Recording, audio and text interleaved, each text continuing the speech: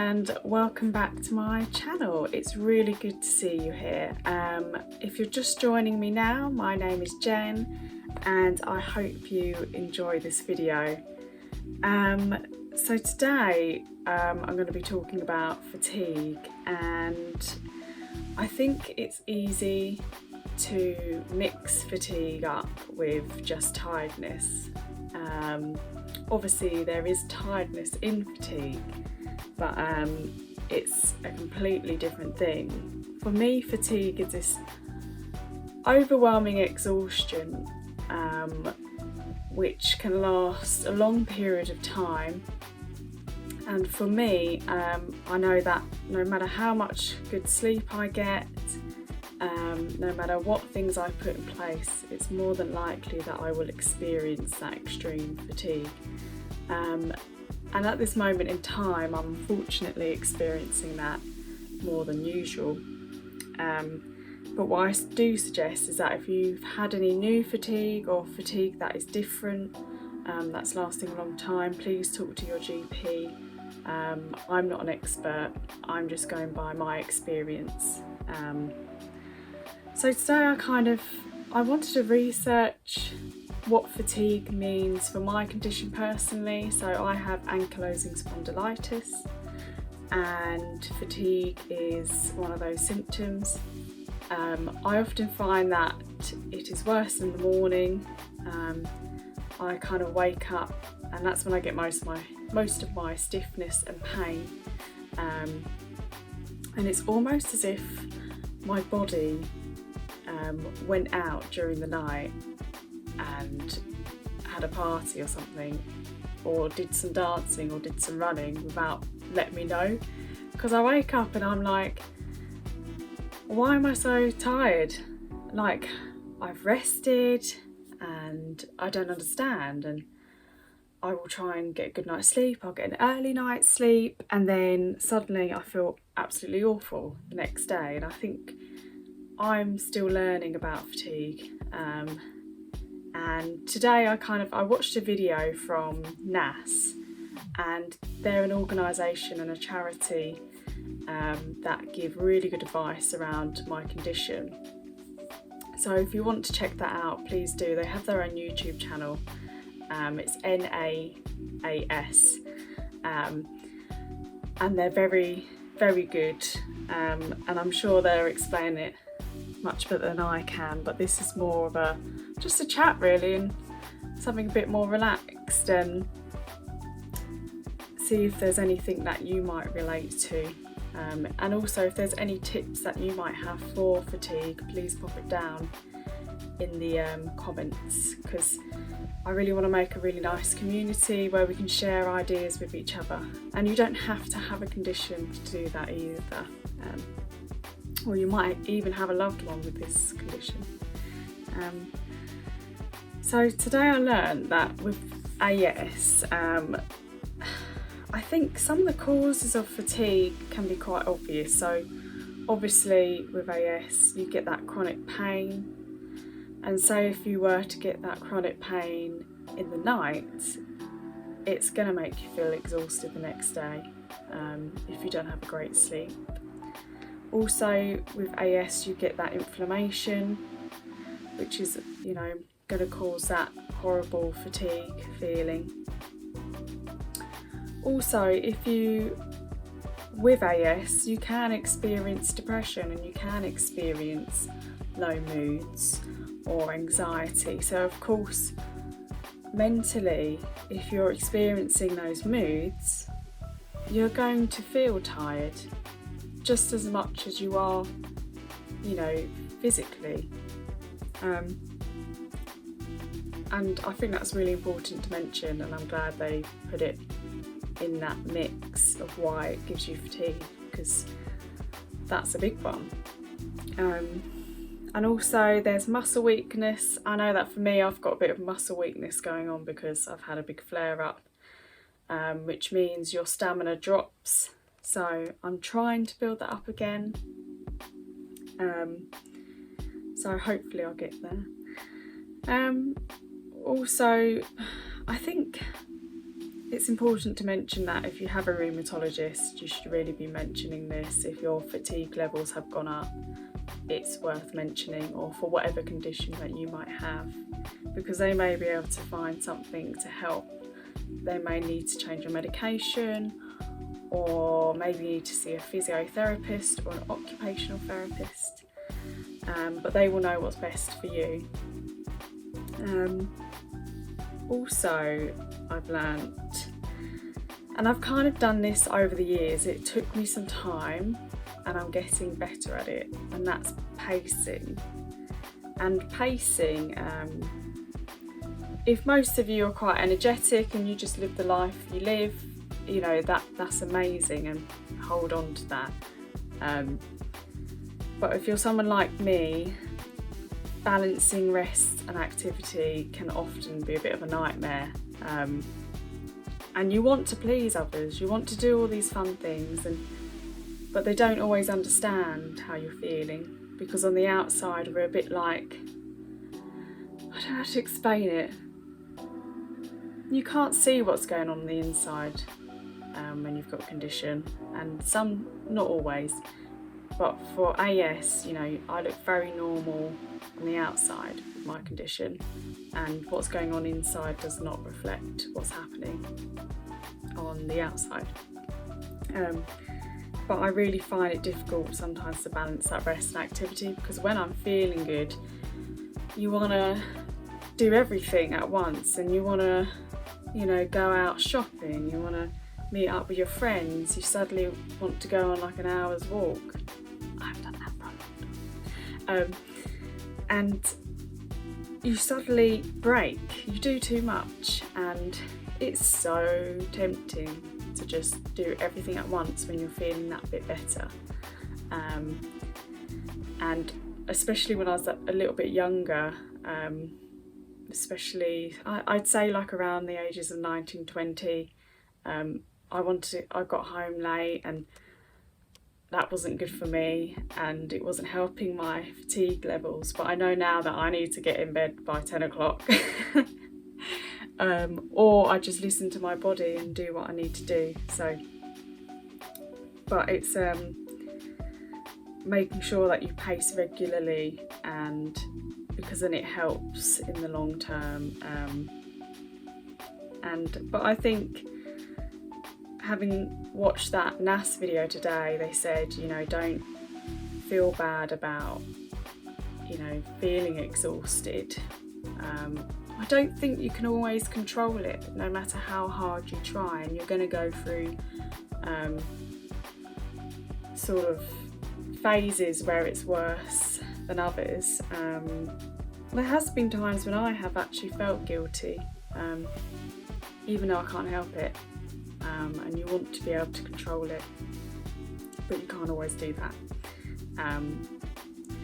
Another thing which I haven't thought about doing, which I've just written down here, is tracking your activity. So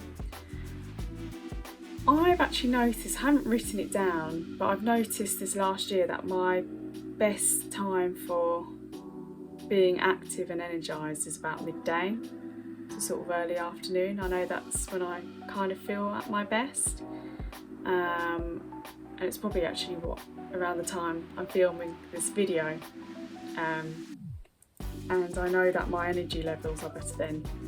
But also I think sometimes writing it down each day, what you're doing in each hour for a period of time, you can look upon it and you can go, okay, so this is what I'm doing each day, and it's probably easier to see how you can balance things out. So if you're doing too much activities on, I don't know, the Monday, you're going to be paying for it on the Tuesday with how you're feeling, and it is frustrating because you just want to do what you want to do.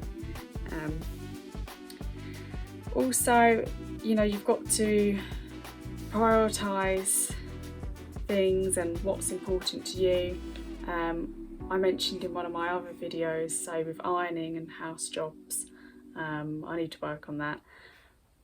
You kind of, it's easy to go a bit mad and do it all in one day, but you have to put it in smaller chunks, and what is most important to you that day, what needs to be done first. So I thought that was quite useful. And also, if your partner doesn't have AS or your family members don't have AS, they kind of eventually understand, where you're at, and I think they understand that they're almost getting to that rhythm with you, and they understand when you need the rest, and they understand when you need to do those jobs. And but also it's better to explain how you're feeling when you're not having a really bad day, I think, because sometimes if you're in a lot of pain, it's hard to put into words how you're feeling, because you can be quite emotional or distressed, but it's completely up to you. And also what I learnt from the video I watched is that you shouldn't be afraid to say no, and I'm doing this more every year, really. I think I'm doing it even more so, and I know that actually most people do understand, and if they don't, who cares? It's not the end of the world. You know what you need to do to look after yourself, and if that means saying no to things, then you don't do it, or you come back to it another day, or plan in where it's most best for you to do those things with friends or family. But also I think it's realising that resting, it's not always sleeping. I find it difficult to have a nap during the day. I don't tend to do it. That might just be because that's how society is, and you kind of conform to that way of living. Because you leave nursery when you're like 3 or 4, and then you never have naps again. And I guess, I don't know if naps are good or not. I think it depends. I kind of tend to, as a rule, myself, don't go past sort of 30-minute naps, because I think for me, my evenings, like trying to be tired in the evenings, can take a lot for me sometimes, because I'm quite alert and high strung. Often I'm just too anxious to nap, like I'm just thinking about things that I need to do. So resting doesn't have to be sleeping, and I've got a whole video on that. So that could be doing some crafts. So once in a while I make cards, and I like to give them to family members, or you can do some breathing exercises. I've learned now that I can almost tell when I'm breathing sort of shallow, so now I tend to take those bigger breaths, and it doesn't have to be anything major. It can even be on the bus or the train or at work, but you're consciously just breathing a bit better to help you. Meditation is one. I personally don't find that effective for me. I find it difficult to sit and listen to someone talking to me. That sounds like I can't listen to people, but I can. It's just I find it hard to watch like a video and someone's telling you how to breathe, and for me I can't. That's not really my thing, but it might be yours, so go for it. Also, I don't really do this that often, but one of the things you can do is phone calls. To be honest, I only really talk to my mum, sister, dad, and fiance. And sometimes I sort of text a few friends here and there, but I'm not really on the phone that much. Not for phone calls anyway, but apparently that's a good way to rest and have a nice chat and catch up. Another one is bath. That is my all-time favourite. You can probably see me smiling about it. I just find it so relaxing, and it really, like, the heat just benefits me with my inflammation and my pain. And the last one is gentle exercise. So I think everyone has their own way of exercise, or you may have not even started that, and that's okay. For me, I think I like walking. I think that works for me at the moment. There's probably a lot more things I could be doing to help, but at the moment I'm starting with just some really short walks. I'm hoping to do a walking video soon, so watch out for that one. But I need to get myself a bit better for that, and today is not the day, but I did have a little walk today, so that helped. Also getting a really good sleep, so having that bedtime routine, so shutting off your phone an hour before you go to bed, having a bath, listening to some calming music, doing what you need to do to have a really good night's sleep. But sometimes with AS, you don't always get that rest from a good sleep, and that's what I find difficult anyway. But you might be up in the night more than you realise with how you're feeling. Oh, my throat's going now.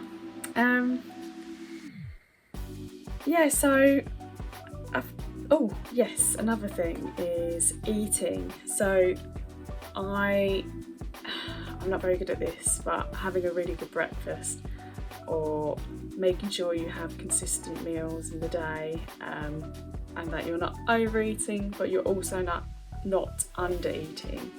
I've learned over time to really make sure I'm eating regularly, and it's, I need to work on like how much chocolate I'm eating, but we're all on a journey, we're all doing this together.